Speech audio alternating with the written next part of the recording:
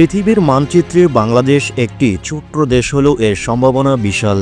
দেশের বিস্তৃত সমুদ্রসীমা অর্থনৈতিক সমৃদ্ধির এক বিশাল সুযোগ এনে দিতে পারে যদি বাংলাদেশ যথাযথভাবে এই সমুদ্র সম্পদকে কাজে লাগাতে পারে, তাহলে এটি দক্ষিণ এশিয়ার অন্যতম একটি অর্থনৈতিক অঞ্চলে পরিণত হতে পারে এবং দেশের অর্থনীতির চিত্র বদলে যেতে পারে।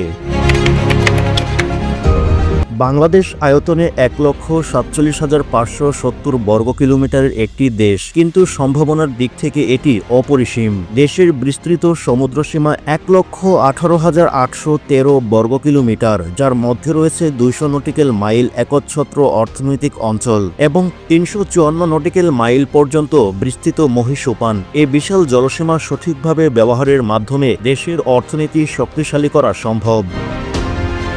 বিশ্বে এমন ৪৪টি দেশ এবং ৫টি নির্ভরশীল অঞ্চল রয়েছে যাদের কোনো সমুদ্রসীমা নেই, অথচ বাংলাদেশ একটি সমুদ্রসীমার অধিকারী দেশ হওয়ায় এটি আন্তর্জাতিক বাণিজ্য ও শিপিং শিল্পে প্রবেশের অপার সুযোগ লাভ করে।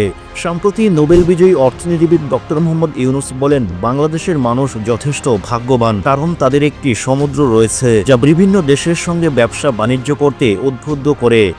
বাংলাদেশের সমুদ্র বন্দরগুলোকে আধুনিক করে তুলতে পারলে দেশের অর্থনীতিতে আমূল পরিবর্তন আসতে পারে। বিশেষ করে চট্টগ্রাম ও মংলা বন্দরকে উন্নত প্রযুক্তির মাধ্যমে আধুনিক করা হলে বাংলাদেশ আন্তর্জাতিক বাণিজ্যের অন্যতম কেন্দ্র হয়ে উঠতে পারে।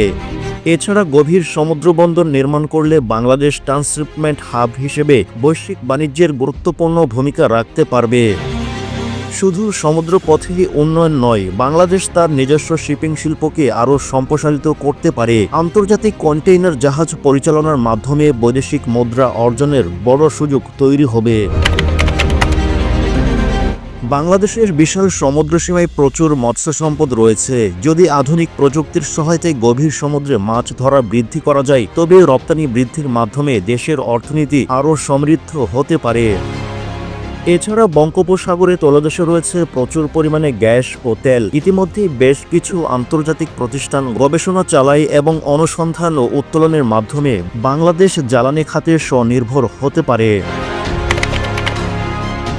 বাংলাদেশ পর্যটন খাতেও বিশাল সম্ভাবনাময় একটি দেশ। কক্সবাজার, সেন্ট মার্টিন এবং অন্যান্য উপকূলীয় এলাকাগুলো আন্তর্জাতিক পর্যটকদের আকৃষ্ট করার জন্য আরও উন্নত করা হলে বিপুল পরিমাণ বৈদেশিক মুদ্রা অর্জন করা সম্ভব।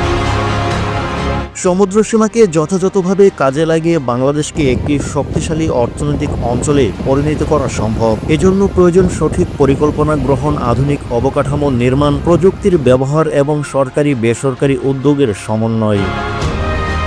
এক কথায়, শুধুমাত্র সমুদ্র সম্পদ কাজে লাগিয়ে বাংলাদেশ এশিয়ার অন্যতম অর্থনীতি শক্তিশালী দেশ হতে পারে।